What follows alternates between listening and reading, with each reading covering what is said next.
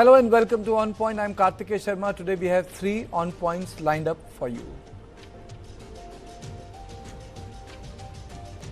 In On Point 1, Prime Minister Modi's Nordic and Italy outreach is about far more than diplomacy, from Arctic melting and future trade routes to strategic balancing in a fractured world order. India is quietly recalibrating its global playbook, the Nordic Sambandh.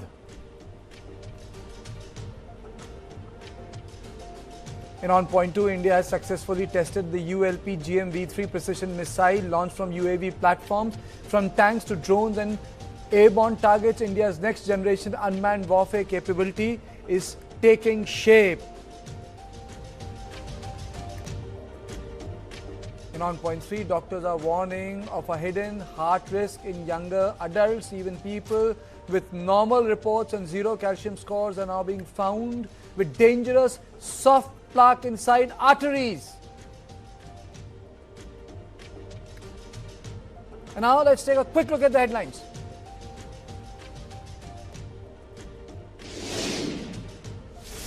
Rahul Gandhi slams Prime Minister Modi over Meloni movement with Georgia. Meloni accuses Prime Minister of making reels while an economic storm is raging, calls Modi's leadership a farce.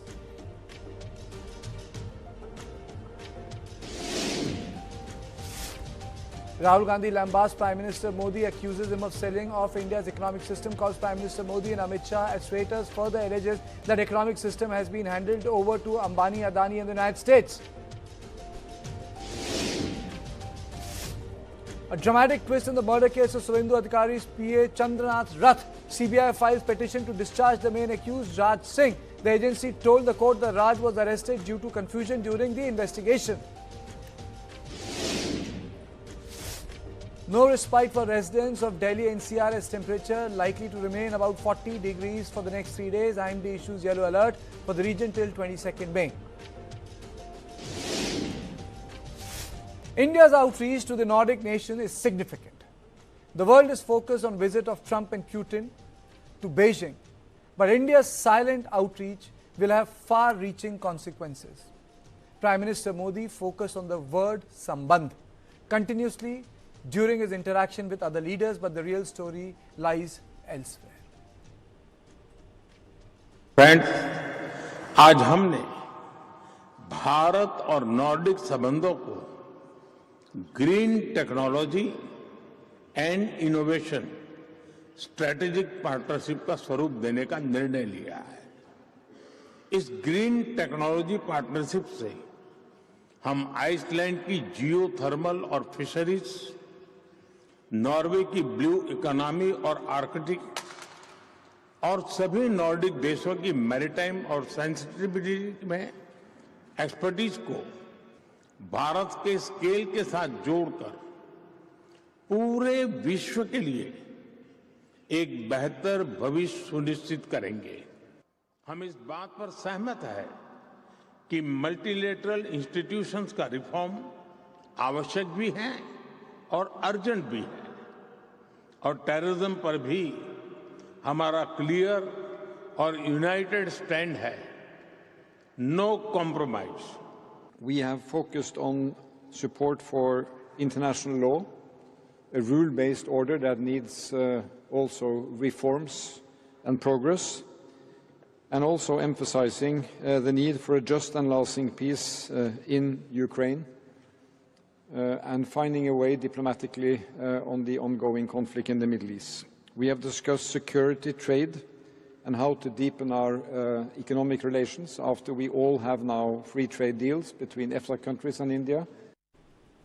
The deeper story is the rapid melting of the Arctic Circle. The Arctic is now melting faster than any other major ice field in the world, and the consequences could fundamentally redraw the future global order of energy, trade, and security. Beneath the Arctic seabed lie enormous reserves of rare earth minerals, natural gas, crude oil. At present, Arctic sea routes remain navigable for barely 3 months a year, but in the near future, these waters could remain open for nearly 9 months annually, dramatically transforming global shipping lanes and strategic calculations. From a defense perspective, the Arctic is emerging as one of the most consequential geopolitical theaters of the future. It is precisely for this reason that the United States has pushed aggressively for a stronger presence in Greenland. Nordic engagement should also be seen from the context of US trade wars. India is trying to diversify trade post-tariffs. It is in this context the trip of Prime Minister Modi becomes very important. The focus remained on technology, trade, sustainable lifestyle and climate.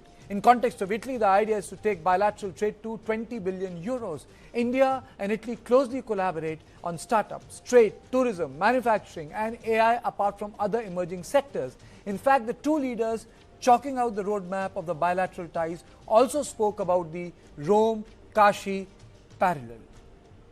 Friend, पिछले लगभग 3.5 वर्षों में मुझे कई बार prime minister Meloni से मिलने का अवसर मिला है। यह भारत और इटली के बीच करीबी सहयोग और सामंजस्य को दर्शाता है। रोम को विश्व में इटर्नल सिटी के रूप में जाना जाता है। भारत में मेरी लोकसभा कॉन्स्टिट्यूएंसी काशी, उसको भी अनादि और शाश्वत नगर माना जाता है। I think it's safe to say that now Italy and India are closer than they have ever been. Our relations are now capable of expressing their fullest potential. This is something which, of course, has been achieved thanks to our teams, our ministers and diplomats who have worked hard over the years. It's something which is very much brought about by our productive systems, interested in one another, as proven by the fact that over the past year we celebrated 3 Italy-India business forums, but it is also due to the over 7 meetings that I have had with Prime Minister Modi over the past 3.5 years, during which we have gotten to deeply know one another and our respective points of view. We have also created an honest friendship based on respect and mutual trust. Prime Minister Modi and Italian Prime Minister Giorgia Meloni also shared moments and visuals that quickly went viral on social media, and one of the moment is the Melody moment, in which the Prime Minister is sharing this packet of chocolate with the Italian Prime Minister. But the viral images represent only the surface of a much larger geopolitical story. India today is attempting to craft a network of mini-bilaterals and mini-multilaterals to strategically navigate an increasingly fractured global order dominated by the power contest between the United States, Russia and China. The symbolism of Trump and Putin's simultaneous outreach to Beijing has not gone unnoticed in New Delhi. It is precisely in response to these shifting alignments that India has demonstrated remarkable diplomatic nimble-footedness, something clearly visible throughout the visit. Now, let me introduce my guests. I'm joined by Luca Bertolotti, Director, Government Affairs, BNK Agency from Italy. Thank you so much, sir, for joining me. Professor Umu Salma Bawa, European Studies, SIS JNU, and AA Commodore Dr. Ashwinder Singh Bhal. Thank you so much, sir. Let me straight away go to our friend who joins me from Italy, Mr. Bertolotti. The sum and total of the meeting, both Arctic and Indian Prime Ministers meeting with the Italian Prime Minister. Yes, thank you very much for having me here. I think we can have 3 main takeaways from the outreach of your Prime Minister in Netherlands, in the Nordic countries and in Italy. The first one is a push to finally finish and ratify completely the free trade agreement between the European Union and India. Has been finalized, has been signed, but as you probably know, it's taken a long time for ratify completely. And what we have seen was Prime Minister Modi pushing for this. Obviously, our Prime Minister Meloni was one of the biggest ambassadors for this free trade deal. So this was the biggest takeaway that happened in all of the countries. Then what I believe is very important to notice, and my second point, is how India is diversifying in different fields. From defense, India signed an agreement with Saab Defense, the Swedish company, in microprocessor. and Tata Electronics actually signed an agreement with ASML, which is one of the largest companies in the world, to build a plant in Southeast India worth 18 billion for doing chips there. And finally, exploring the Arctic. That's very important because, as you very well mentioned before, Arctic is becoming increasingly popular. A lot of rare minerals are under the Arctic Ocean. And for the first time in 44 years, an Indian Prime Minister went to Norway. Nobody went there before today, actually, 44 years, which is really a long time. And that also represents a way for India to diversify the energy supply. I believe that India, as well Europe, has been very much touched by the crisis in osmosis, in the oil crisis that we are all living right now. And Norway is actually both an oil producer, but also one of the biggest exporters of renewable energy. So there is a lot that can be taken from that meetings and from this historic visit. And finally, for Italy, in Italy, well, there is a very good friendship between our Prime Minister Meloni and Prime Minister Modi. And I think everyone saw the Melodi's gesture, Meloni taking Modi to the Colosseum, etc. But apart from that, it's also very important because Italy is the last point of the IMEC corridor, which is the India, Middle East, Europe corridor. So especially if and when the free trade agreement will be in place, and Europe wants to double the export to India, and Italy is for Italy, India is one of the largest markets, especially when it comes to design and the use of supercomputers. So it's very important that we are aligned on this, on the final IMEC and everything, and also for getting your talents to Italy.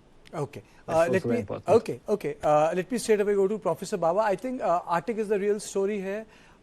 We are observers there, and the unfortunate part of the climate change is we will not have Arctic in next 50 years or next 30 years. The way Arctic functions, everyone is interested in shorter trade routes. What lies beneath the Arctic?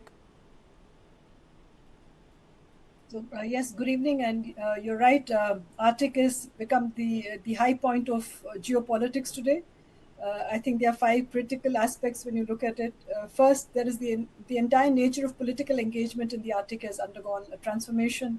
It signals to not only the economic weight that the Arctic will have in terms of all the potential that it holds, but in terms of technology, in terms of security, and how today technology is rewriting the rules of engagement and partnership. So I think if I would look at the Prime Minister's visit in that context and where the Arctic is, you've also seen a multi-layered engagement. It's a moment where the India, Nordic summit, the third of its kind, has taken place after 2018 and 2022.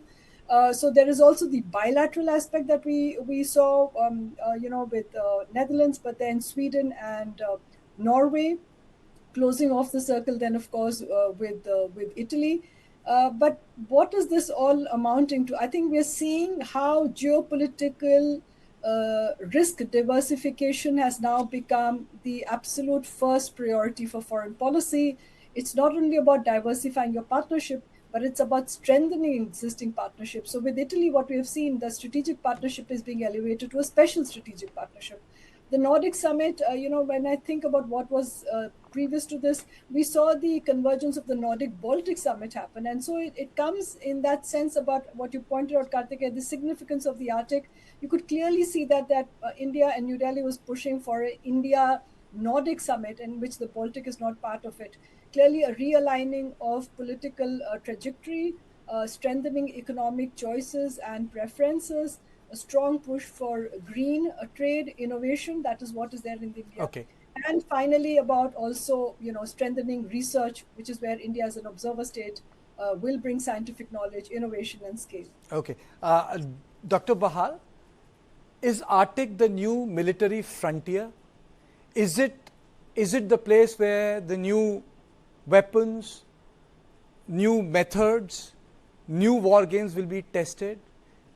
Is a melting Arctic changing the geography of various countries? And how important is Arctic in context of India's security? Though we are not there as a geography, how important is it for us? A very nice question, Kartikeya, and I acknowledge the presence of the two eminent co-panelists who are with me, and I listen to them with great interest. Jai Hind to each one of them. Now, I want to tell you the critical importance of Arctic Ocean, Arctic region. If this is the Arctic region, if you look at it like this, you find Greenland is here. Greenland is the autonomous territory of Denmark, and Trump had already claimed it as its 52nd, 51st being Canada and 52nd territory, and that created a lot of ripples in Europe, and it had a lot of fallout, because of which we are talking of diversification of Trump trade, and we are also looking at redefining multilateral alliances. So when we are looking at Greenland here, the next is Iceland. And then you have a slight gap of North Sea where you come on to Norway. Below that is Denmark. So it is Denmark, Norway, then Sweden, then Finland. Finland has 1340 kilometers of border with Russia. And thereafter you see Russia like this around the Arctic region and right up to Sea of Japan or close to Japan. So when we are looking at it, see how geopolitically it is important today, and because of its geostrategic location, both for military and also for natural resources. We are looking not just at crude rare earth or the gas from it, but we're also looking at a large amount of mineral elements that are yet being tapped. And you know what is the problem in this whole area? The total population of Nordic countries is just 28.3 million. You know what is Delhi's, Metro Delhi's population? 35.5 million. So you can imagine there is hardly any population from 5 to 10 million, but for Greenland is just 56 to 57,000. What they need is also talent, and that talent comes from India. I've been to at least 2 out of these 5 countries in last year in August, September, and I can tell you the green energy percolates right the time you enter this area. You see people cycling on the roads, which we don't see in India because you can be hit from anywhere by anybody. It's not very safe to cycle. But cycling is a kind of a necessity over there, not just for physical fitness. They want to travel by cycle 3 to 5 kilometers for their work. And then the windmills. Right throughout the roads that you take, highways to go through the Nordic countries, you find that's all filled with windmills. So that is the kind of green energy that we are talking of. The respect to climate because of the global warming that is taking place, the Arctic cooperation that you were mentioning, not just in research, but also in defense and geostrategic defense. If you remember World War II, they had radars placed over there. And that's the time the Americans wanted to overshadow the Russians, though they were fighting on the same side towards the later part of the World War II. Okay. That is when Hitler invaded Russia. Now, when we are looking at this kind of an environment, I'm also telling you what the Prime Minister said. Which Prime Minister? Norwegian Prime Minister. You know, he said a very important statement, and he highlighted the importance of cooperating with India in time of global instability. You know, Dr. Bahal, you know what is happening? I was reading a piece in NYT. I'll come back to that topic. You know, instead of either slowing down the climate change or working towards a better Arctic, there's a great militarization of Arctic that is taking place. You know, American forces from the south are getting trained in the Arctic circles in Alaska. Russia is the only country with a complete Arctic expeditionary force. So this great militarization of Arctic, where nuclear submarines can operate throughout, is also posing to be a bigger challenge. But let me just shift the focus and go to Luca again, sir. Sir, is it also about the fact that because of this entire tariff war unleashed by Donald Trump, India is coming closer or revisiting ties with various European countries in forms of minilaterals, multilaterals in terms of trade, in other sectors because of shared cultural and liberal values? Absolutely, that's absolutely the case. I think we have seen in the past, I would say Donald Trump accelerated the process. I think this process was already starting around 5 years ago when we started to talk about EU-India free trade agreement. And to be honest, if you look at from a European perspective, in Southeast Asia, there are not many democracies. There are not many countries that we can call friends and that share values as us. And India is basically the only real one where we can have a stable conversation. You are a democracy. You are one of the fastest growing economy in the world. So, and from the other side, if you look at India, from an Indian perspective, Europe has been a stable partner for many years. Obviously, we had our ups and downs, we had our disagreement, but in any case, we always had with very close relations, historical relations. And I think it's very important to see that Americans care about US themselves and the US interests. And if you want to start to invest something that Europe finally woke up after many years, they realize that they cannot think about only the US as their, let's say, dead protecting them, but they also need to look at other countries. And in Southeast Asia, the most prominent country is India, because the alternative is China, but China has destroyed our economy in the past 5 to 10 years. And Germany and Spain are a good example of this, I think, how China is destroying our economy. Absolutely. Professor Baba, do you think that the offsetting which India is witnessing in context of the high tariffs which Americans have imposed can be done by closer cooperation with the European countries? Because IMEC is not going to come into existence in next 6 months also, or next 5 years also, because of the instability in West Asia. So do you think that these one-to-ones or closer engagement with couple of countries will help India tackle this trade issue which it really confronts because of Donald Trump's tariff policies? So yes, there is one aspect of the Donald Trump to the larger trade issue and what he's done since last year, in April when he announced the tariff wars. But let's look at it the other side. Europe has always been one of India's largest trading partners. And what we have seen today, in January this year was the final conclusion of the negotiations of the free trade agreement, which should hopefully come through by the end of the year. And on the other hand, India has not only, brought together trade with the 27 countries. Remember, Norway is part of the Nordic group, but Norway belongs economically in the EFTA grouping. So we also have, a tie-up with the EFTA grouping that has also come into force. And since Britain exited the EU, we now have a free trade agreement with the UK as well. It's a happy coincidence, partly driven by geopolitics, also by economics, but also by the consistent efforts on both sides to actually bring together all of this. So it means that India today is well positioned of having trade relations with all European countries in one go.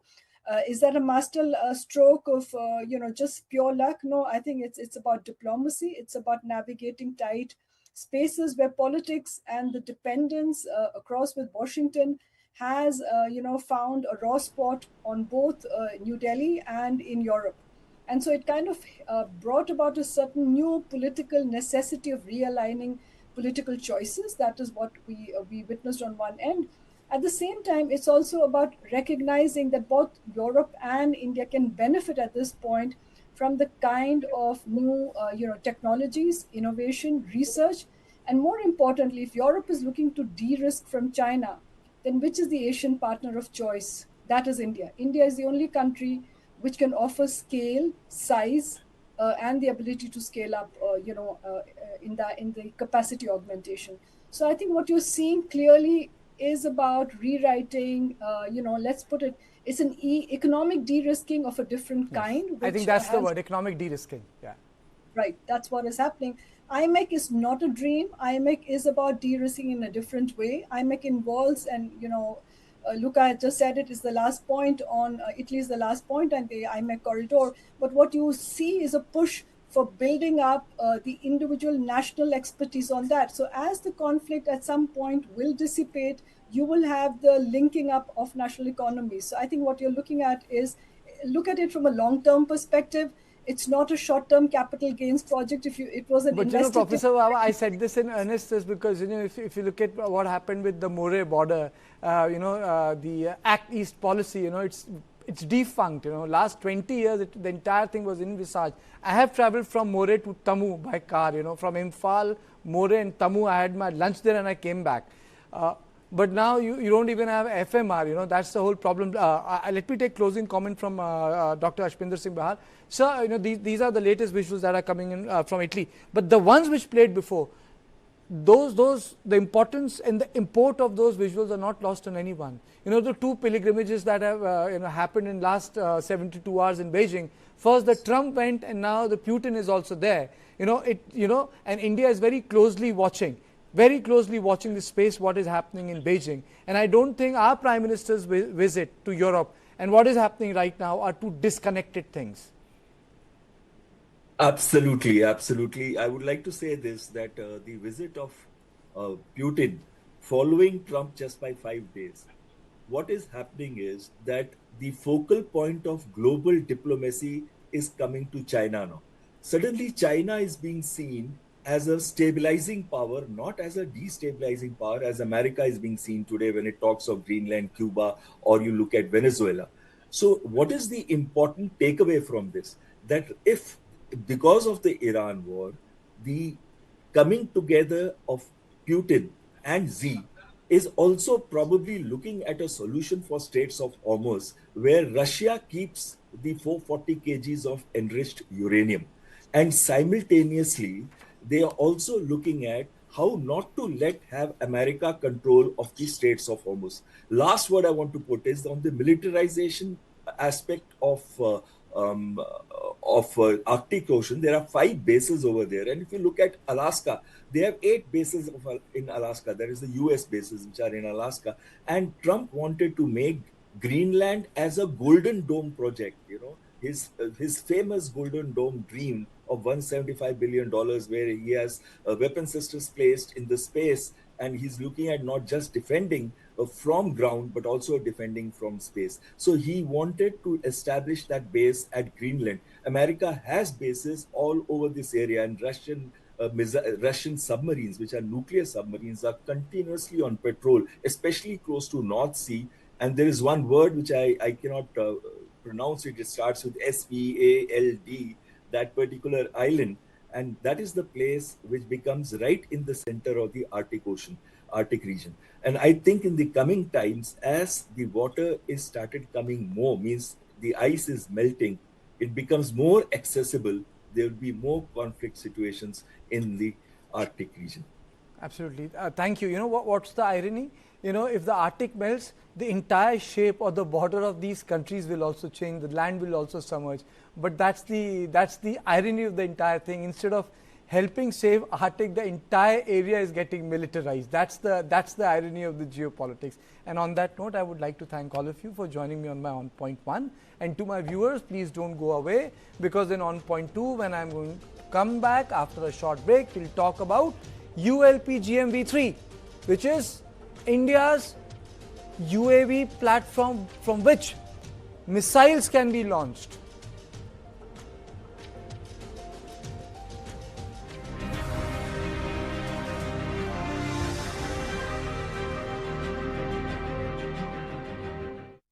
New Birla Opus exterior paint gives warranty up to 16 years.